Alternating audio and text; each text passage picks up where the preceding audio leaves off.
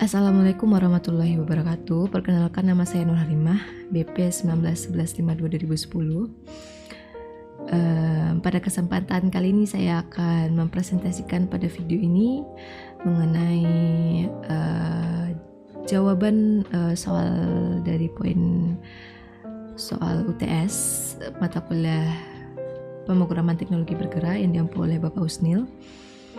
Saya berasal dari kelompok B2 mengenai GoTo, glossary to go.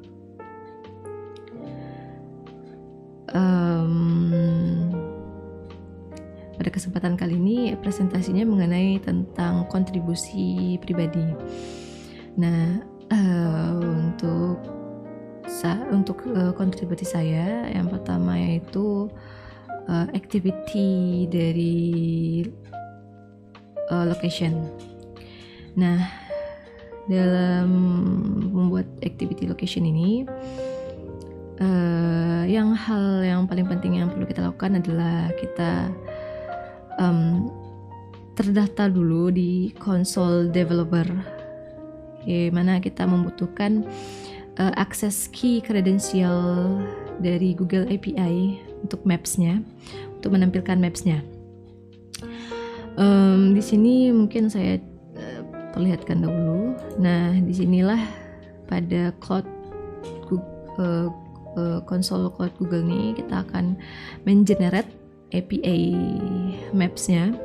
Sebelumnya kita perlu membuat akun dulu untuk mengaksesnya. Nah, di sini kita dari credential kita bisa mengenerate-nya, create credential baru. Nah, saya juga udah membuat sebelumnya. Kita juga bisa mengeditnya. Apakah kita akan menguncinya atau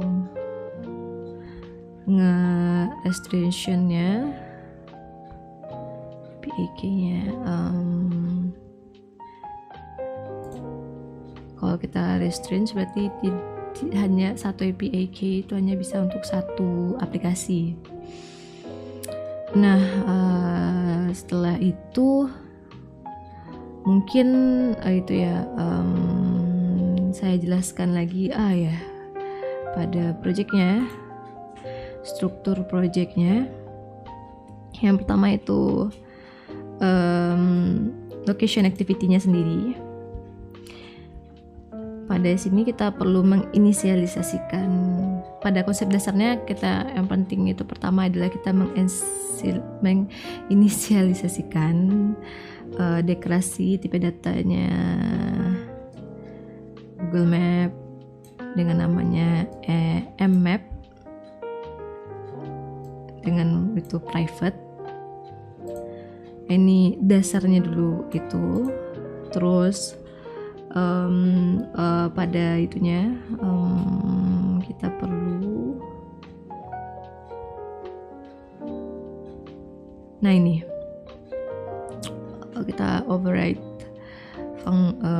fungsi void, method void on map-nya. Di sini tuh untuk menampilkan nanti ya, dan meng-set location-nya. Nah, kalau misalnya pada default-nya itu akan ada markernya pada sini. Di sini menggunakan latitude dan longitude untuk mendapatkan posisinya itu. Untuk menambahkan markernya, kameranya. Ini untuk default-nya, dan ini nanti akan langsung termarker di Sydney. Ini untuk menyimpan location-nya. Nah, itu buat secara umum ya. Itu buat strukturnya. Nah, untuk key credential-nya tadi itu kita akan ceknya langsung ke manifest. Nah, di manifest ini metadata untuk nih kita pertama kali tuh kita sangat membutuhkan ini akses permission. Di Android aplikasi itu membutuhkan beberapa akses permission, seperti untuk mengakses telepon, mengakses kontak, internet, mengakses lokasi, kamera. Nah, di sini kita membutuhkan akses lokasi. untuk map ini. Lalu setelah akses lokasi, nih untuk credentialnya tuh, untuk API key, geographic API key-nya itu, ini untuk di sini disimpan pada Google Maps API XML-nya ya. Nah di sini kode yang udah kita generate tadi kita taruh di sini. Kalau setelah kita generate itu, maka untuk tampilan itu secara umumnya, dan sebelum itu pasti kita harus membutuhkan untuk layoutnya dulu ya, tampilannya seperti apa. Nah di sini location saya udah buat tampilannya seperti ini. Nah nanti di fragment inilah tampil nanti mapnya. Di sini udah disediakan juga edit text untuk kita mencari pencarian. Ini ID pencarian, ini buat layoutnya. Ini buat variable gambar search-nya. Untuk menginput type-nya di sini juga. Ini constraint-nya. Nah, terus yang penting juga nih, ini ada floating button-nya yang dipakai di sini tuh. Saya fungsionalkannya tuh untuk men-start search-nya. Lalu ini untuk tombol simpan ya, ketika lokasinya udah kita dapatkan maka disimpan. Lanjut itu buat layoutnya. Nah di sini saya sudah mencoba ya untuk mengcodingnya agar dapat mengakses lokasi saat ini, terus kasih real time-nya. Di sini sudah sebelumnya diimportkan package yang dibutuhkan, yang nanti juga terhubung dengan Gradle-nya ya, supaya dapat dijalankan nantinya. Nah ini kelasnya, lokasi activity dengan extend dari fragment dan implementnya. Juga kita membutuhkan beberapa tipe data dan variabelnya. Ada binding, vibe, location client-nya itu. Pertama-tama itu kita butuhkan function method onCreate ya, untuk men-save instance state-nya. Kita menggunakan super onCreate untuk membinding, untuk men-set kontennya, terus di init map-nya. Terus ini buat cek permission ya, kan tadi kita butuh access permission. Kita cek permission.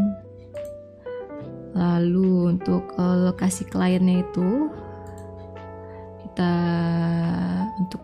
kan kita butuh membuat objek barunya. Nah di sini kita menggunakan Visual Location Provider Client, disimpan dalam file, nantinya find view ID-nya tuh disimpan dalam variable fab. Tuh untuk mengsetnya dilakukan set on click listener. Kalau missing permission suppress in.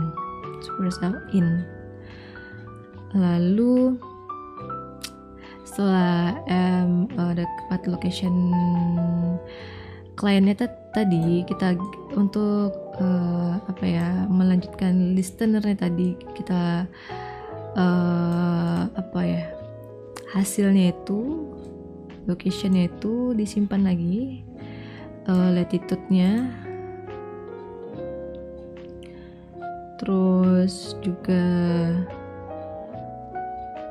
kalau yang penting itu lagi cek permissionnya juga tadi. Ini lanjutan dari Dexter, tadi menggunakan Dexter kan ya. Lalu apa lagi yang penting ya, untuk mengintenkannya, di sini kita bentuk objek baru dulu dengan nama i untuk meng-start, atau di sini kita set actionnya. setting, action, application detail setting. Terus kita set lagi, baru kita bisa start.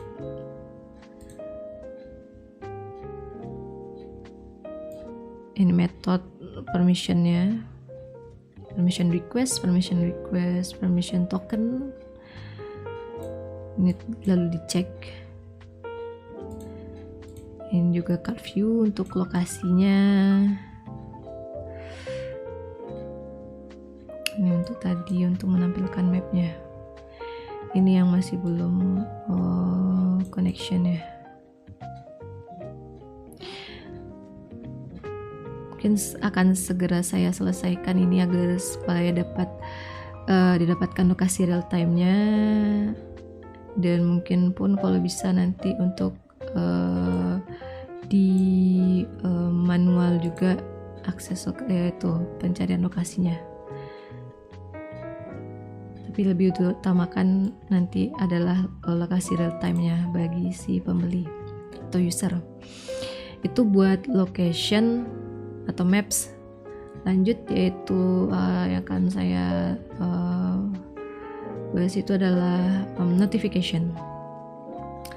Nah, setelah dibentuk dari layoutnya ini ya, activity layout dari activity untuk notification ini kan ada list ya, list dari notification yang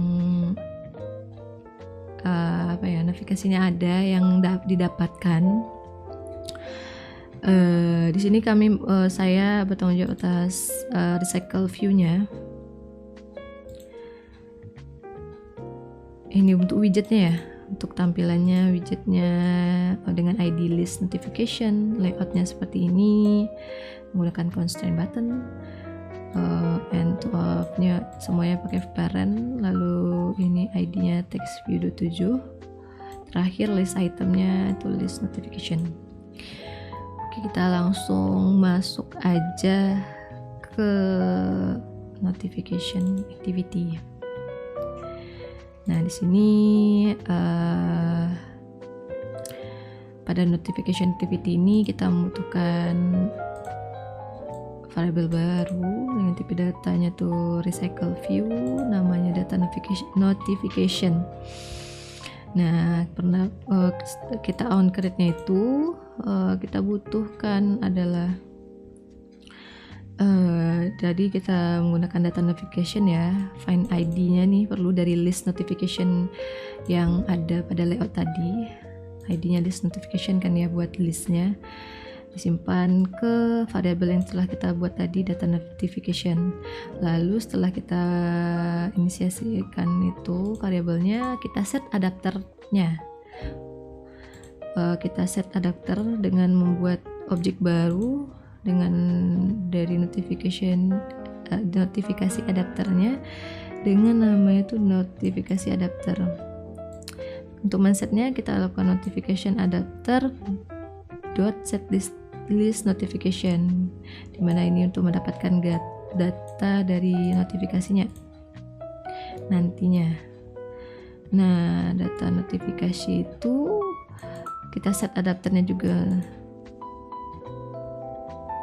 Kita set lagi adapter dari notifikasi adapternya itu ya. Lalu untuk layoutnya kita linear layout manager, menggunakan linear layout manager. Oh ya, listenernya kita jangan lupa untuk set listenernya juga. Nah, terakhir nih ya, kita inisialisasikan data di cycle view-nya. Nah, kita menggunakan array list notifikasi dengan get data notification tadi, metodenya get notification tadi. Lalu ini kita setelah kita buat objek baru ini, menambahkannya berarti list.add ya, tambahkan notifikasi baru dengan ID-nya berapa, notifnya apa, terus waktu kapan, drawable notification-nya tuh untuk yang gambar lonceng itu. Ini kita return list. Mungkin kita coba itu ya, run aja buat notifikasi dan lokasi tadi. Nah, kita masuk dulu nih. Nah, mungkin pertama saya lihat tuh adalah notifikasi ini. Notifikasinya ini listnya ya, perlukan notifikasi ID-nya berapa, terus isi notifnya apa, waktunya, sama nih gambar loncengnya. Ini menggunakan recycle view. Terus pada lokasi itu di sini nih, untuk alamat pengiriman ubah lokasi.